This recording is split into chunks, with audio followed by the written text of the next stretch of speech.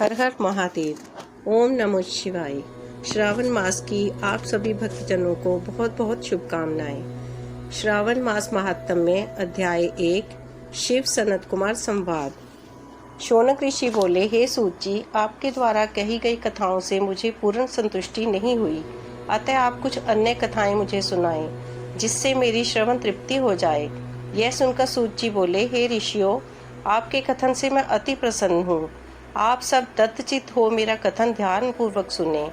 अभिमान रहित ईश्वर भक्ति वाली समझ से दुष्ट विचारों को छोड़कर प्रभु में भक्ति के साथ भागवत वार्ता सुनने की इच्छा रखते हुए, विनम्र होकर भगवान की सेवा में विश्वास रखते हुए, धैर्य सहित और स्वभाव में नम्रता रखते हुए, मन वचन कर्म से पवित्र होकर, पूर्णतया आरोप प्रत्यारोप रहित होकर तथा तपस्वी वृत्ति में रहना आदि ये 12 गुण गीता में बतलाए गए हैं। आप सब में भी ये 12 गुण विद्यमान हैं।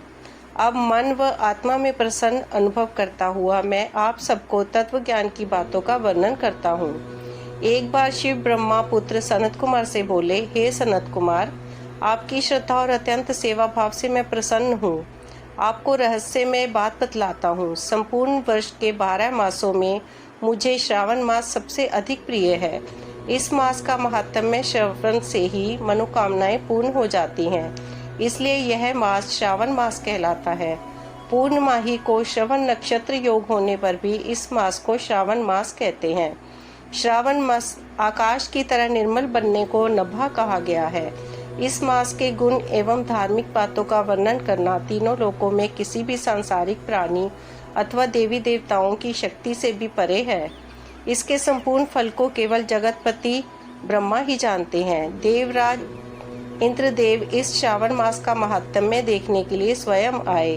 अनंत भगवान ने इस मास के फल का वर्णन करने के लिए 2000 जीवाएं धारण की थी। हे महामुनि, वर्ष के अन्य माह इस मास की केवल कला को भी नहीं ग्रहण कर सकते।